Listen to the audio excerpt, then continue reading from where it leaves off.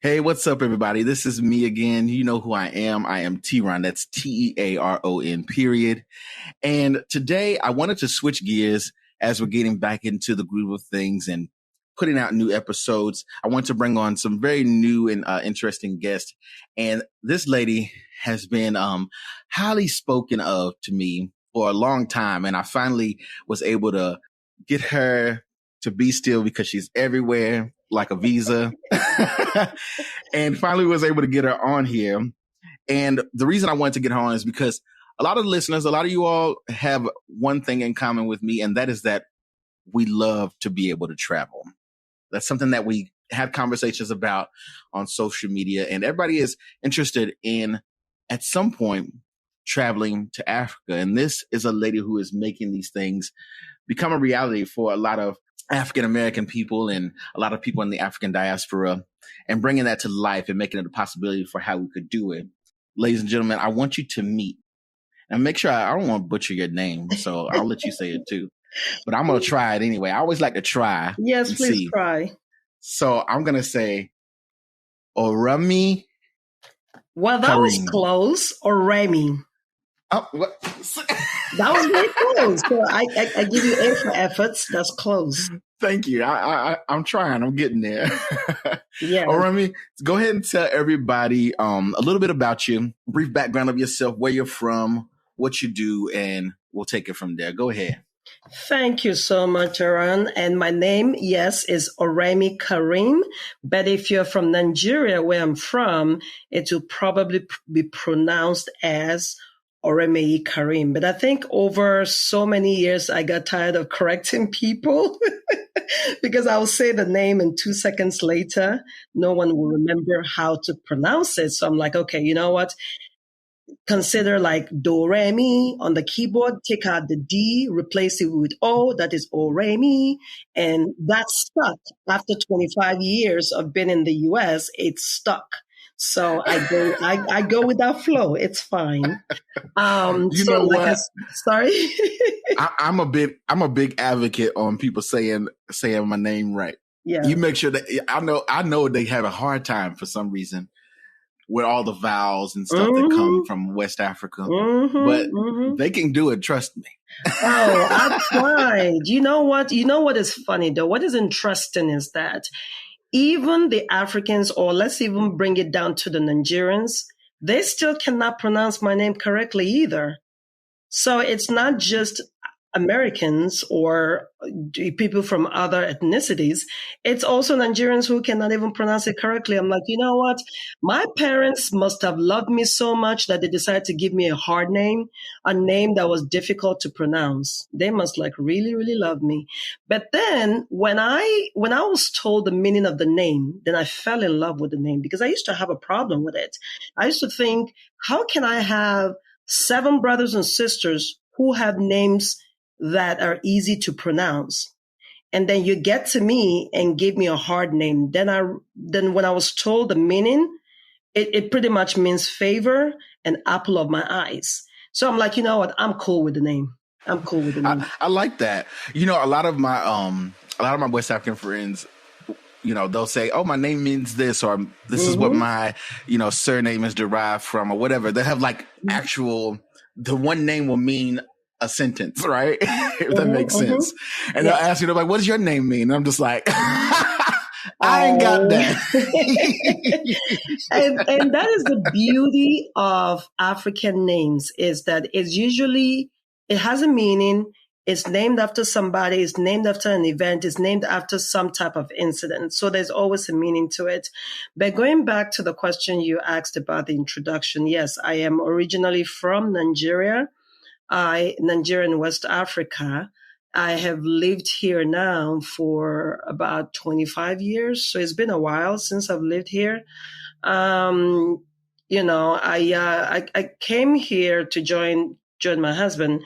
And the plan was really to visit Louisville, Kentucky, because we were in Florida at the time.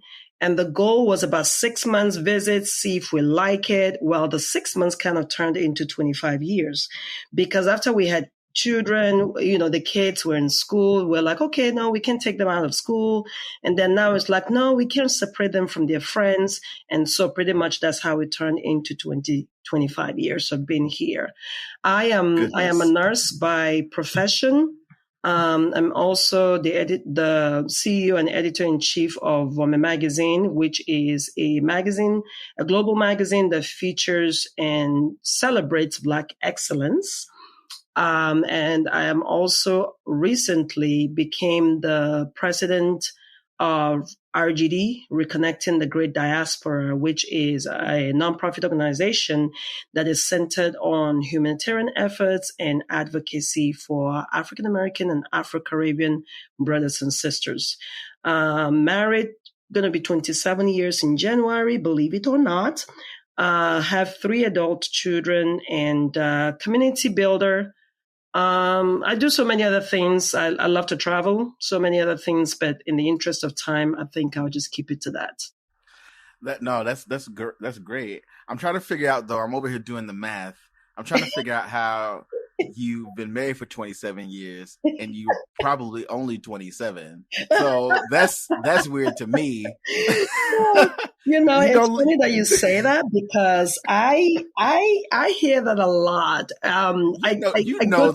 There's no way anybody believes that you have adult children. I know. I mean, it's funny because I go to a lot of meetings. I hold a lot of meetings, and whenever I'm at the meetings, you know how somebody's talking to you because they just think that you're just this young, like this young person. Mm-hmm. At least I know the difference. And so I can always tell that this person I'm having a meeting with has thought I 28 or something. You're gonna be like, did you see this TikTok video? And you're like, wait, now hold on. And then the funny thing is I always wait for the expression, because the expression is usually hilarious, right? When they start to ask, oh, how long have you been here? Oh, do you have any children? And I'm like, yeah, I do have 3 children. And they're like, oh, how old are they? And I'll say, and I always start out with, the oldest is 25. Now, I've had people almost go under the table. I'm not kidding. The reaction from people, both men and women, has been hilarious. I wish I could record it each time, because I always wait for the response because it's usually very funny. I would say so. Because I'm telling y'all, the listeners, they'll see a picture of you and they'll be like, okay, she's lying. Somebody's lying. So we kind of share some of the same stomping grounds. I, of course, record out of Louisville, Kentucky, and you're here as well. But we never cross paths. And this is I want to put this out there, is that Louisville is a metropolitan city, but it's a small city in terms of population, right? Yeah. A lot of times everybody knows each other. If you know enough people, you ask around, everybody knows each other.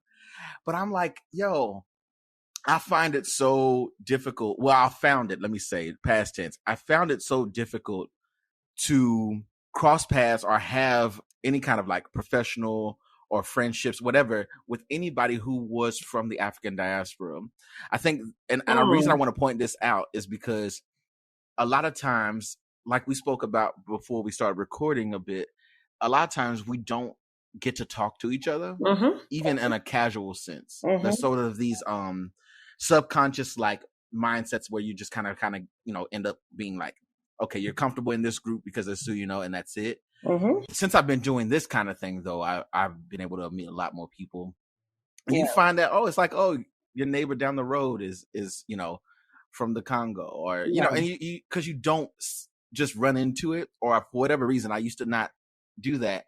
But I'm glad this is happening now. I'm glad these kind of things come up, because now I know that there's somebody tied to Nigeria who is so close to me, and now I can just bother you with stuff. Yeah.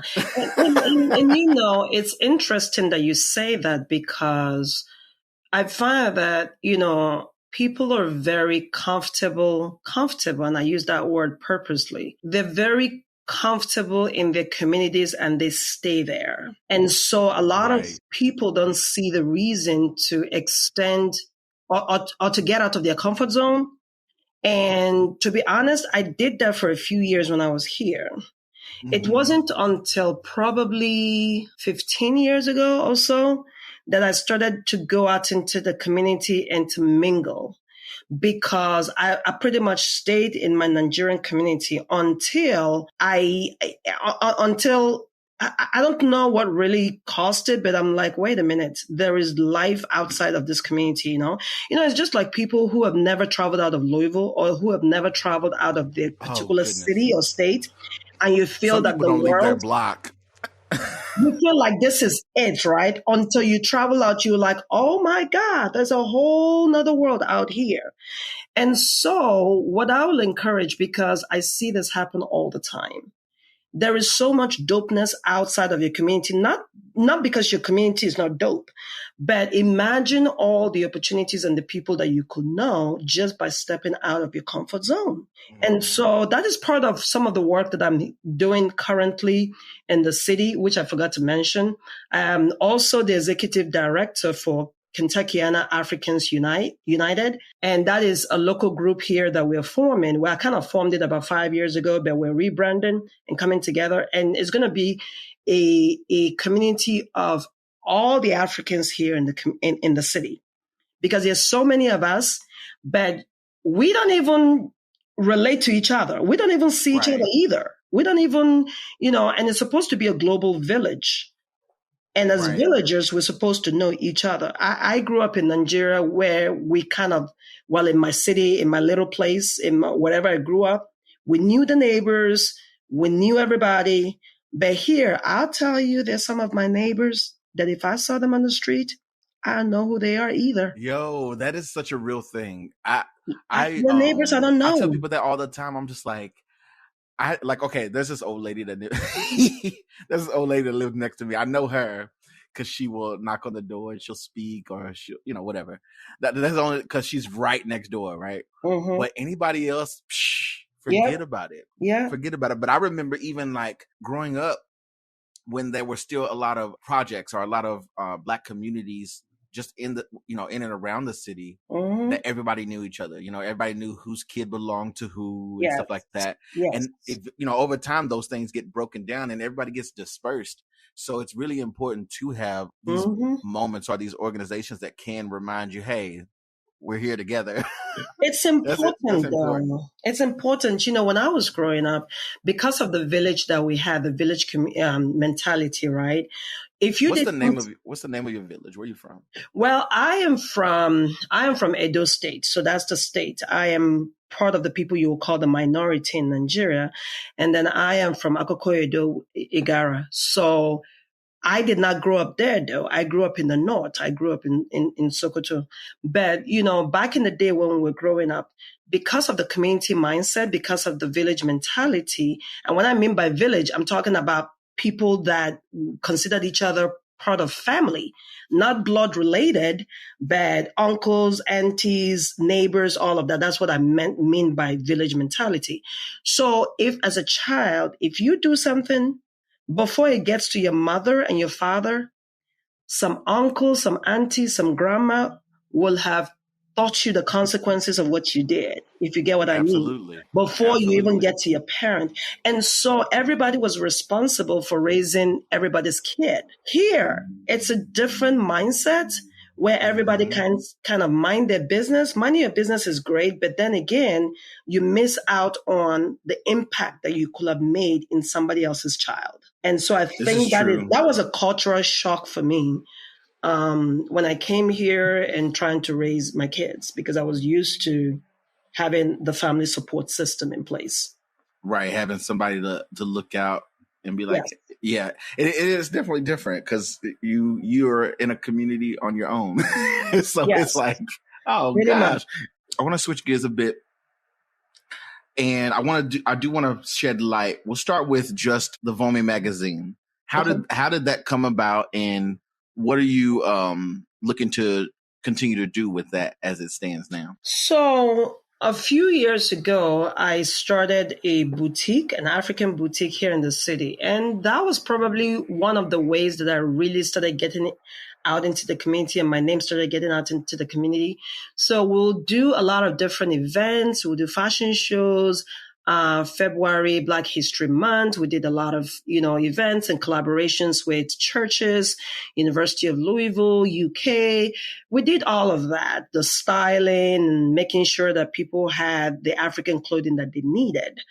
After about 3.5 years, I was forced to close it down because, some of the issues that we had with the landlord at the time. And so when I moved everything home, I was trying to figure out, okay, I have all of this at home. What else can I do with it? And this crazy idea came to mind because of my love for magazines. I've always collected magazines. I've always read magazines. And so the idea was, okay, why don't you transform this idea of a boutique that was local to something global through a magazine? And I'm thinking, how the heck? Yeah, I'm like, how the heck am I going to do that? And so I talked to family and friends who thought I was going crazy.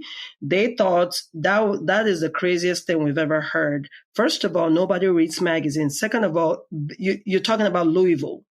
What are you going to do with a magazine in Louisville? Third of all, I remember somebody, and actually this was the statement that pushed me over the edge and made me do it. And I remember somebody telling me, you are not Oprah.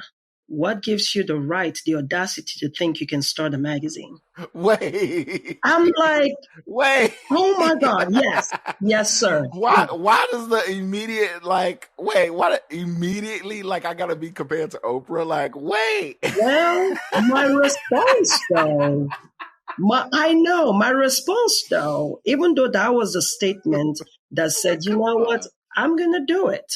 My response was, well, Oprah wasn't always Oprah. Oprah started somewhere. Right. And that made her who she is today. So you got to start somewhere to get to that level. So that was but they said it was supposed to be a compliment. I didn't take it as a compliment at that time. It doesn't take it as a compliment. Because it's like, okay, because my response, you're so like I said, you think about what you're going to say before you say it.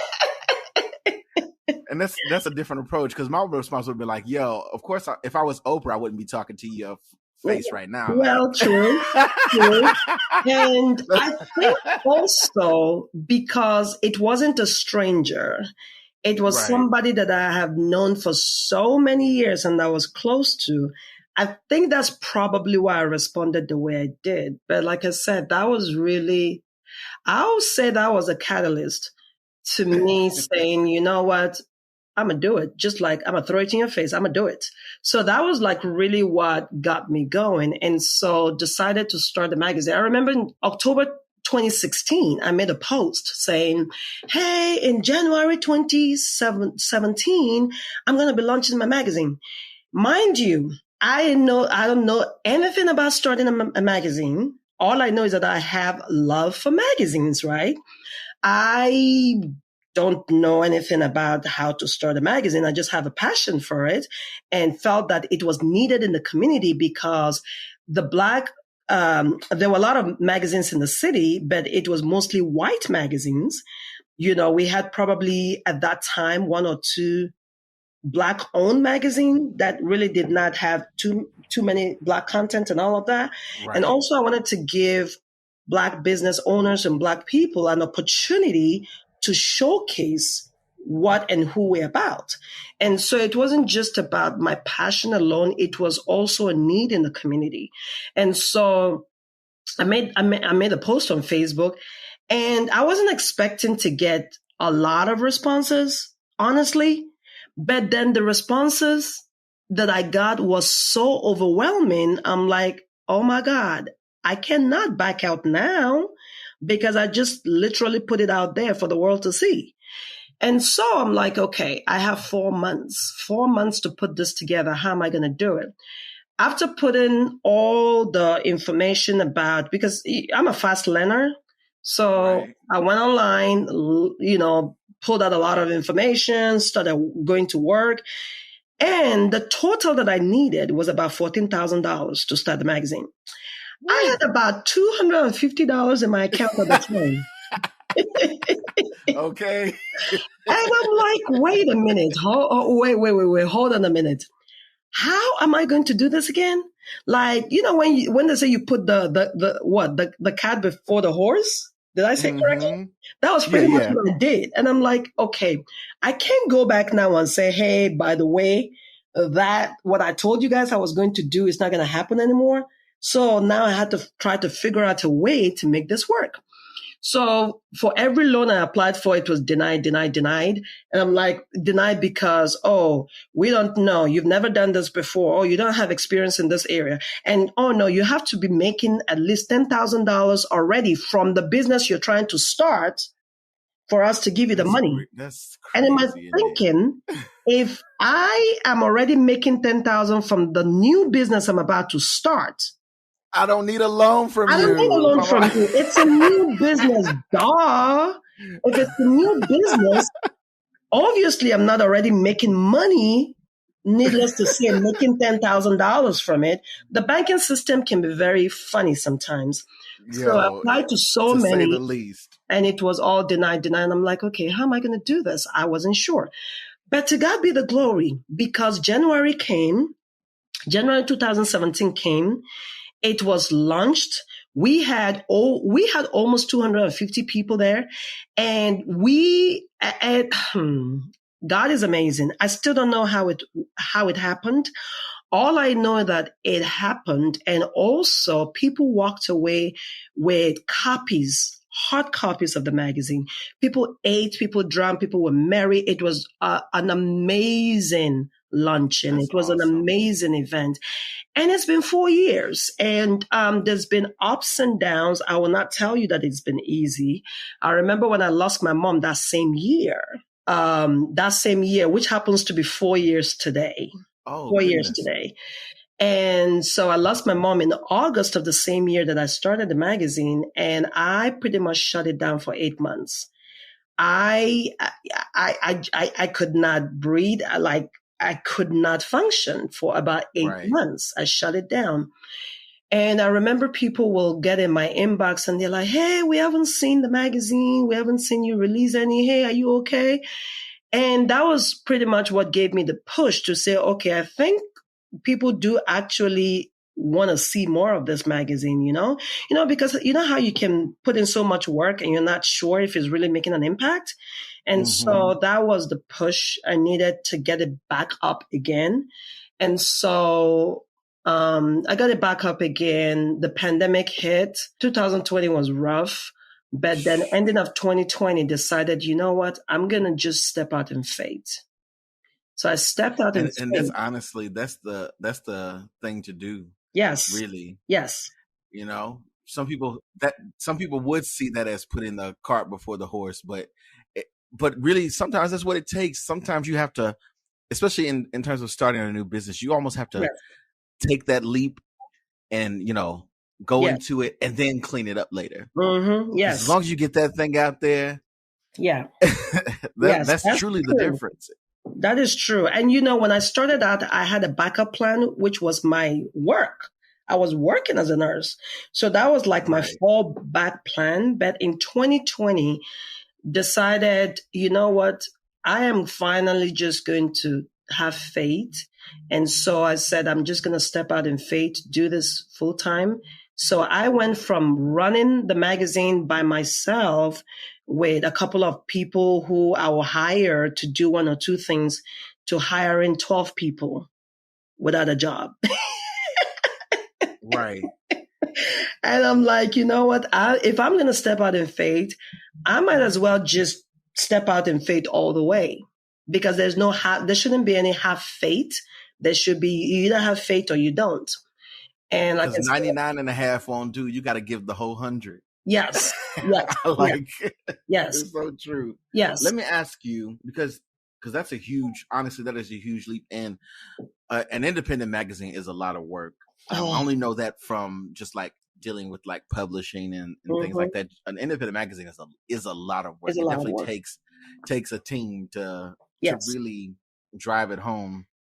But then I want to ask you, at what point, because from the outside looking in, you seem like an every woman, like you do everything very much everything Shaka Khan said on the song. I don't know about that.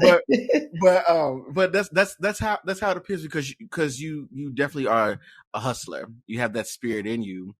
At what point did you start to incorporate RGD? At what point did you start to say, this is a part of, or this is something I really want to do? And how did that become important to you, as far as like making sure that, people who in the diaspora had a chance or had a resource that they could lean on if they wanted to visit the motherland, visit the continent of Africa? Where did that come in for you? Yeah, great question. So pretty much in 2019. So honestly, when you're out there doing work, you never know who is paying attention. You never know who is checking your work out without even saying a word. And that's pretty much what happened in this case.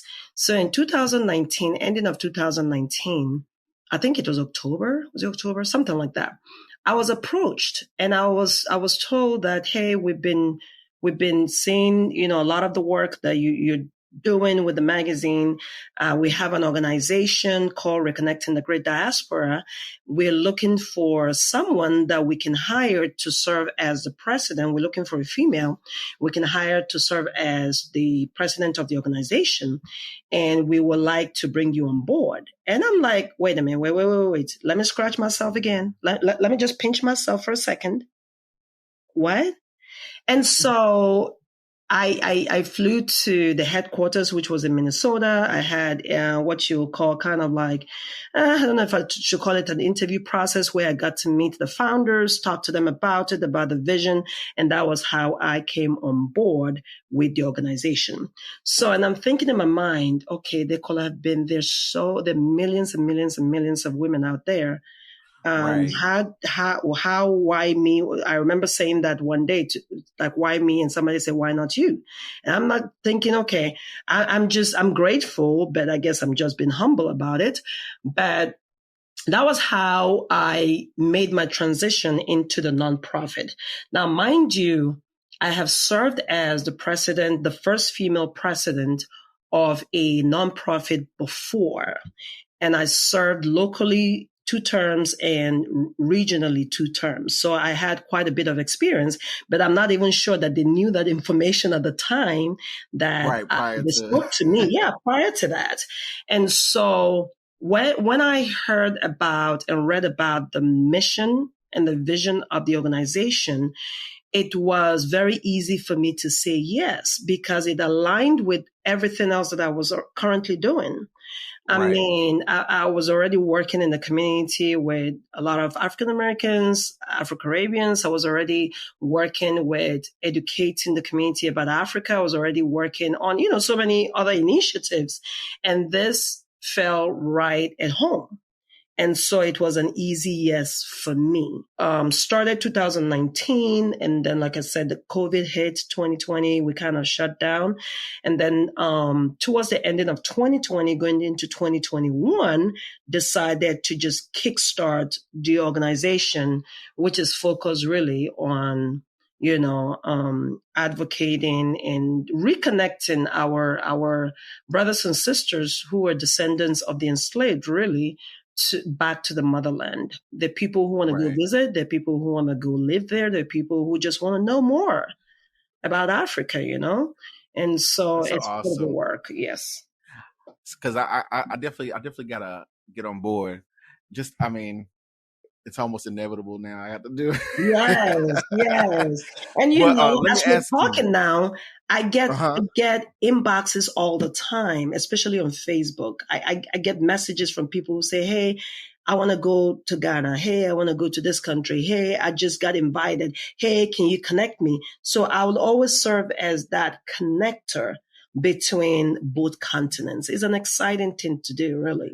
It really is. Yeah, and we need those people who are willing to say, hey, this is what it is. This is something that's open to you. I think that it's one of those things you have to unlearn, where we sometimes we'll know information and we kind of hoard it, or we keep it locked up somewhere. It takes a certain kind of person to be like, hey, I know of this and this is how you can do it. And here's some resources. I So just have never that's a been big that step. type. I've never been that type to hoard information. If I have information that can help someone, I'm usually the first one to find people to share it with. And so I think Right. that's where I kind of differ from. You definitely do in that way. Let me ask you, because you said that you had you'd really, planted your roots and, developed family, got everything in line for well over 20 years here. Prior to doing this program, were you someone that was visiting back home a lot, or has the program allowed you to visit home in that sense? Great question. So I was one that always believed in staying connected to my country. So actually, since I've been here, I have made it a point to travel every year or almost every year. So I stayed connected. Like, the only year that I can think of that I didn't get a chance to travel home was 2016.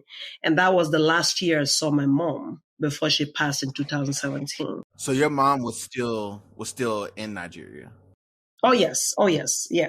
And so yes, I always traveled home. Always. Yes. That's good though. That's good because a lot of people, they end up being like an expat, or they move away and they don't really get home often.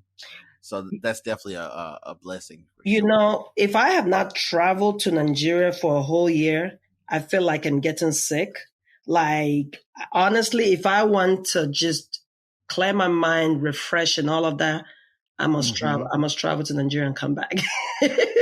For real. Listen, I want to go so bad. I'm gonna tell you, I've wanted to visit probably had a true desire to, probably since like 2012, I would say. Wow. I just was like, how do I go about doing that? You do your own like general research and stuff. But at the same time, everybody's so ignorant and you end up getting all these stupid stories and stuff. So you have to like really get around all of that too. Yeah. And I remember I was having a conversation with a friend really not very long ago. And she and I were talking about, we were like, hey, we're going to plan a trip for this and this. And she was like, she was asking me like, where's somewhere you'd like to go? And I was like, well, I definitely want to make sure that I visit like an African country or whatever. She was like, I don't know. And I was like, well, have you looked? Have you found out? But it's because she hadn't been exposed to what really is possible in those travels. Right. Yes. And I've been able to do that just because I've been open to it, but a lot of people still aren't. What would you say to someone who has like these notions or these ideas made up about visiting a country in Africa, and how would they sort of be able to get around that in terms of like unlearning those ridiculous ideas and then being able to enjoy, whatever country they decide to visit? How do you think people would be able to, get the mindset? So part of the problem and part of the unlearning that we must do is educating people. Before people can unlearn something, you have to give them something to learn about. So what I mean is there has been an intentional negative narrative about Africa. So in the news, in the media, whether it's social media or mainstream media, you don't hear anything positive about Africa. So imagine if I wanted to showcase Louisville, Kentucky, right? And I go downtown and I showcase all the homeless people. And I show it every day. Do you think anybody will want to move here? No. Why? Because they will think that is all Louisville was about. But instead, we say it's the home of Muhammad Ali, the great, which he is great. We showcase the Kentucky Derby. We showcase, we've got bourbon. Like, we showcase all the positives. We showcase all the dope stuff. We showcase all the good things that we think will appeal to people, right? We showcase that about Louisville, Kentucky to attract people. So in the case of Africa, what has been showcased has always been the children without water, without food, no shoes. They're starving. They showcase the slum part of Africa. They showcase, there's corruption when there's corruption in every country. So every one of every them. continent. So they showcase only the negative narrative. And so when you have seen that so all your life, why will you want to visit such a place? So part of what our responsibility is to showcase, to counter the narrative, to showcase all the other stuff, the stories that you will never see about Africa. I remember when I was going for my mom's burial in 2017, I had someone ask me, and you may call it ignorance, you may call it, well, there's Google, you can go check, or whatever it is. She pretty much said, oh, so you're going to Nigeria, like, where will you sleep? Do you guys have houses or cars? Like, do you guys sleep? No. I honestly, that day, let me tell you, I struggled with how to respond because I know how I wanted to respond and I know the professional way to respond. Let's just say I chose the professional way to respond. Of course you did. I would say, if you don't get the fuck on with all. Trust me, I wanted to say that. But so it goes back. So, and you know what the interesting thing is? Every time I go back to Nigeria, I see a lot of people who are having the best time of their life, who are setting up shop, who are building this and building that, who don't look like you and I, who are lighter skinned, who are white. I see that all the time. I'm thinking, the negative narrative that you guys put out there has not prevented you from coming to my country, huh? And taking over. And you know what is sad about it is that they go over there, they buy up stuff, they build the companies, and they hire us to work for them. Isn't that another way of slavery? Isn't that another form of slavery? It is. That capitalist but then mindset. You don't see people that look like me that are of African descent. And that is sad. And that is because they too have believed the stories about Africa. And so my goal, my plan is, especially with the organization, is to be able to raise enough money to be able to either subsidize or provide scholarship for those who want to visit so that they too can now visit and now come back with stories for their friends, their families, their acquaintances to say, listen, don't believe what you see on social media. Don't believe on what you see on the news because it is not what they claim it is. So it is the unlearning, it is the re-education or the education of our people. Definitely. There's one thing specifically I want to ask you about. Like I said, I've been planning to visit West Africa, Nigeria, Ghana, and so on for a long time. And well, since 2012, and that's a long time. We're gonna make it happen. Don't you worry, we're gonna make it happen. But no, so specifically, I was talking with a friend, and they were telling me about, I don't know the technical name for it, but visiting I saw that you went, so I'll ask you about it. But I know it's in the Badagry, right? That's the area. Yes. And it's the slave museum or something to that effect. Yes. Can you tell me about that experience? Was that recently that you did that? Yes. That you visited there? Yes. Tell me what that was like, knowing what's on this side, because I myself grew up here, but also my dad has always been in Charleston, South Carolina. So if you visit Charleston, I don't know if you've been before, but there's this area downtown Charleston called the Battery. Now, when you go to Charleston, it's very much like stepping back in time. They still do like these carriage ride tours and stuff. It's very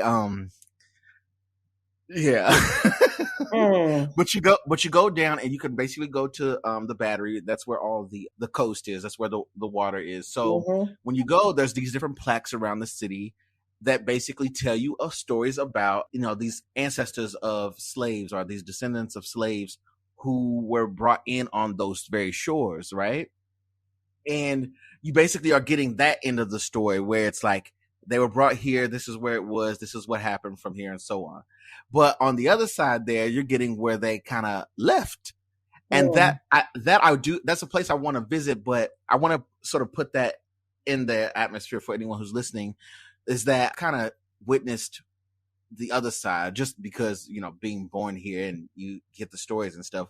But I visited these shores where these things happen and these people were brought in, and even having friends and relatives who are, considered Gullah and Geechee people who are, directly tied to West African, ancestors. Yeah. But I got that side of things. What was it like for you with that knowledge in your mind, going and visiting that area? And what do you like? Is it something that you would recommend? So, yes. So the answer is yes. And let me explain why. When I traveled in April to Ghana, I had a chance to visit Cape Coast and visit the Door of No Return. And when I went back to Nigeria in July, decided to go to Badagry. Badagry is part of Lagos State in Nigeria. Decided to go to the Door of No Return / Door of Return. There's some, same thing. Decided to go there, also visit with my board of directors. Needless to say, it was such an emotionally charged, spiritually renewing type of journey. Now, going through, so there's so many places that we went through, right? It's like a big space. You go from one to the other, and then you have the historians taking you through and pretty much giving you the narrative of what happened. And to hear the inhumane treatment of Black people, to hear of things that were done to our people, it is quite, you feel this knot in your belly. Like, it's so inhumane. And I'm using inhumane because I don't know which word to use. It's wickedness of the highest order. When you hear it, it makes you angry. It made me angry. It really did. It made me angry. That's how I think I would feel exactly as well. Like, pissed to the point, like, that you don't even know what to do with it. You know what I mean? I mean, it made me angry, but it made me even more encouraged to bring more people with me the next time. Because the history that is taught in schools is so whitewashed. The history that is taught in schools is not really a good depiction of what truly happened. And so there's so much history that is left untold. And nobody is going to tell our history like we are going to tell it. That's the thing. Nobody can tell your story better than you can. And that is why it's such a fundamental right, responsibility, obligation of every Black person to find their way back to Africa, one way or the other. I don't care if you don't like Africans. Go learn your history, then come back and tell me how much you hate Africans. But until you know the history, I'm telling you, and it's also about identifying with your roots, making that connection, and putting pieces of the puzzle together. And so seeing it in pictures, seeing it in the narrative, seeing it in some of the structures that are still there, right? They didn't destroy everything. There's some that were reconstructed, of course, but there's still some, artifacts. And seeing all of this and putting all the pieces together, you're like, wow, we are strong people. We're resilient people. But then again, what we had to go through, what we had to encounter, what we had to endure was beyond wicked. And so the question now remains, what do you do with this information? After you get all this knowledge, all this information, then what next? What do you do with it? How do you empower the people to like, what do you do with this type of information in terms of impact and empowerment? So that is the question that always looms at the back of my head. Right. Like, okay, and what's next? Let's how we level up from here. It's definitely interesting and definitely something I know I'm interested in. So, we gotta figure that thing out. I gotta get over there just so I could, get that off my list. But I know it's just gonna be like just a plan for March 2022. Just speak it into existence. If you're March not able 2022, you heard it here first. Yes, if you're not able to make it in October, which is in 2 months, then I would say just speak it into existence for March 2022. Did I say correctly? Yeah, that's right. I cannot keep track of the year. March 2022. Speak it into existence. And you'll be amazed how God, the atmosphere, whatever you want to call it, how it aligns and just comes to pass. Speak it into existence. I just want to eat food. Oh, the food. Listen, let's not even talk about the food. Let me tell you something about the food. I just want to eat food. Let me tell you something about the food. Let me tell you something that is interesting about the food. When I return back to America, I gain weight very quickly, but when I'm back home, I lose weight easily without effort because the food is so fresh. The food is like no additives. It has no chemicals. It is straight from the market. It is straight from the farm. It is cooked and prepared. And so with no exercise, with no effort, and I eat a lot when I'm there. When I come back, and I get on the scale, I always lose weight. But when I come here, like when I've been back now, what is it now? 2 weeks, 3 weeks or something like that. I definitely feel the difference between when I was there and now that I'm back. The food is not only tasty, delicious, but it is healthy.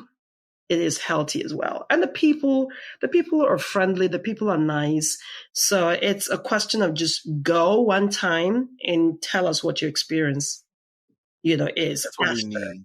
Yeah. So let me ask you, for the listeners, if you could, how do we go about, if number one, let them know how they can get in contact with you and find you, whether on social media or whatever, but also if they wanted to look into being able to reconnect to the great diaspora and be able to look into visiting the continent of Africa on one of these trips, how would they go about doing that and so on? What we got to do? First of all, how do we move and not come back? How do I get a dual citizenship? Well, speaking of the dual citizenship, that is our life's work. That is what we're working on in terms of advocacy. But in order for us to be able to advocate for dual citizenship, we will need our brothers and sisters to go do the ancestral DNA, because that is the piece of information that we're going to be using to advocate for dual citizenship. I mean, as a dual citizen myself, a citizen of Nigeria and a citizen of the United States, I know the benefits that come with that. People don't understand that. And so, when you do your ancestral DNA and they break it down to what country, what state, what lineage, all that good stuff you're from, then we take that piece of information, then we go to work on your behalf to advocate for citizenship for you, some type of naturalization paperwork for you, because it is your ancestral birthright as a descendant of the enslaved. And I don't like to say descendants of slaves, because they were not slaves. They were kings and queens made into slaves. They were enslaved. So as kings and queens, it is your ancestral birthright to have access to Africa if you want it, to be considered a citizen of Africa if you so choose to be one. It's not mandatory if you want to be. And so going back to how to become part of this movement. So first of all, I'll say education and knowledge is key. So go to thergd.org. It is THERGD.org.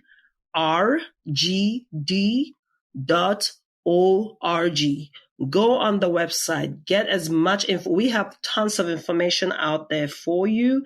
And so read up on it. And also for anybody that would like to contact me, my email address is oremeyI@drgd.org.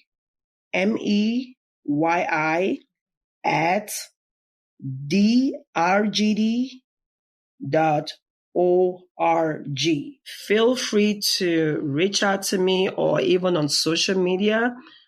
Feel free to go on my page and send me a message, call, email, website, however way. Call me, beep me if you want to reach me. Do you remember back in the day? Back in the day, that song, that program. It's impossible. So there's so many different ways to reach out.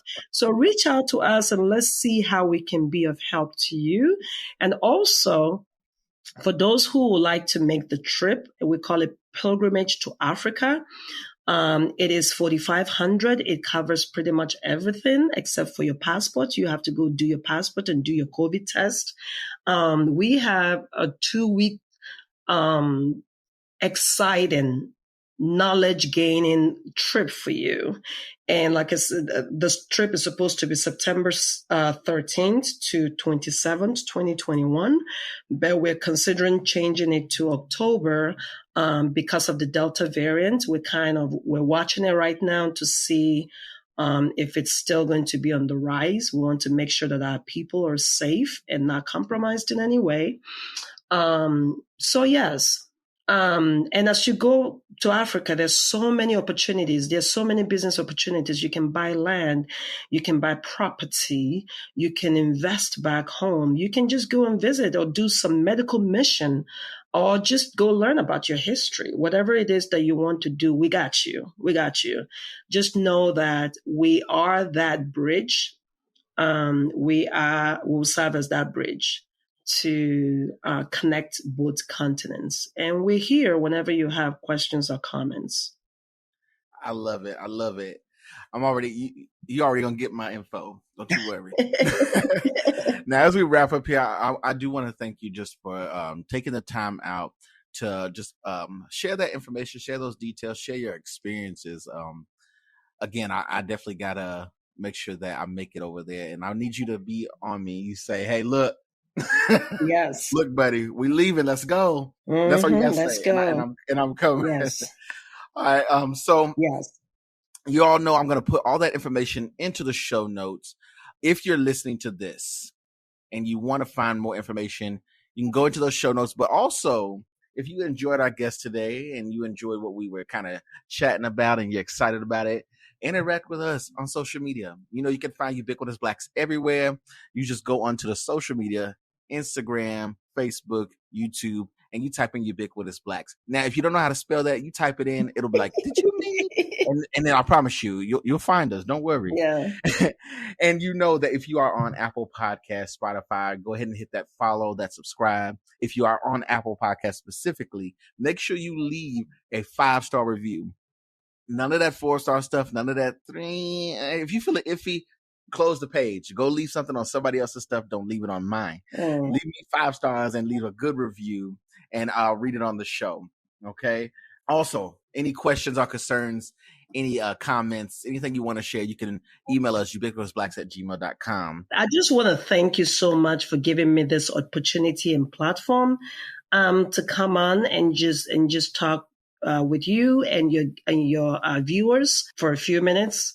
So thank you so much. Well, it's not a few minutes, it's almost an hour now. So thank you so much for giving me this opportunity and this platform. I really do appreciate it. I don't take that for granted. You know, when the conversation is good, you don't even notice how much time has passed. So yeah. I appreciate you too.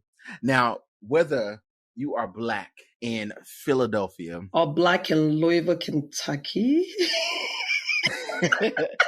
remember this, people.